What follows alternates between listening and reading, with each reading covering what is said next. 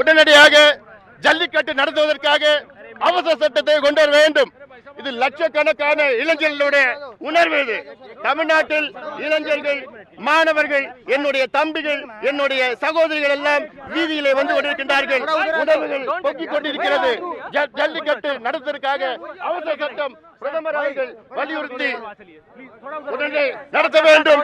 ஆக இதை தொடர்ந்து நாங்கள் போராடுவோம், ஆர்ப்பாட்டம் செய்வோம். நாங்கள் பிரதமர் அவர்களை நேரம் கேட்டேன், நேரம் இல்லை, நீங்கள் உள்துறை அமைச்சரை சந்திங்கள் என்று சொன்னார். ஆக ஒரு மக்கள் பிரதிநிதியாக நான் வந்திருக்கின்றேன். மக்கள் பிரதிநிதிக்கு நேரம் கிடையாது. ஆக தமிழ்நாட்டுடைய உணர்வுகளை புரிந்து கொண்டு மாணவர்கள் இன்று அமைதியான முறையில் ஆர்ப்பாட்டம் நடத்தி கொண்டிருக்கின்றார்கள். ஆக நாளை தமிழ்நாட்டில் சட்டம் ஒழுங்கு மோசமாக இருக்கிற நிலைமை வந்திருக்கிறது. ஆக அதற்கு விடக்கூடாது. மத்திய அரசு உடனடியாக ஜல்லிக்கட்டு நடத்த வேண்டும் என்று நாங்கள் வலியுறுத்துவோம், தொடர்ந்து வலியுறுத்தி கொண்டே இருப்போம். ஆக அப்படி சட்டம் கொண்டு வரவில்லை என்றால் வருகிற குடியரசு நாள் ஜனவரி மாதம் 26ஆம் தேதி பாட்டாளி மக்கள் கட்சி சார்பிலே தமிழ்நாடு முழுவதும் ஜல்லிக்கட்டு மற்றும் மஞ்சு விரட்டை நாங்கள் நடத்தியிருக்கின்றோம். ஆக எத்தனை தடை வந்தாலும் பார்த்துக் கொள்ளலாம். இது தமிழ்நாட்டுடைய உணர்வுகள், 9 கோடி மக்களுடைய உணர்வுகள் இது.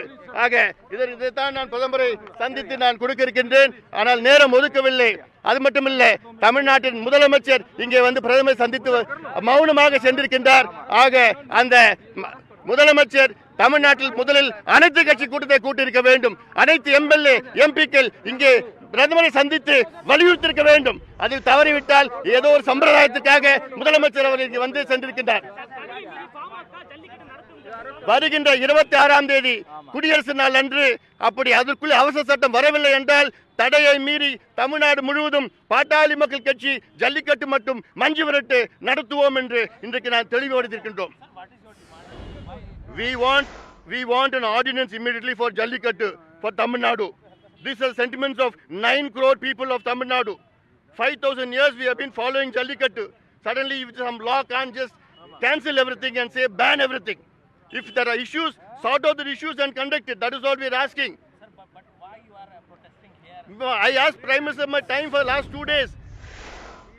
My sisters and brothers in Tamil Nadu are protesting in a silent way. And I want to express their sentiments to the Prime Minister.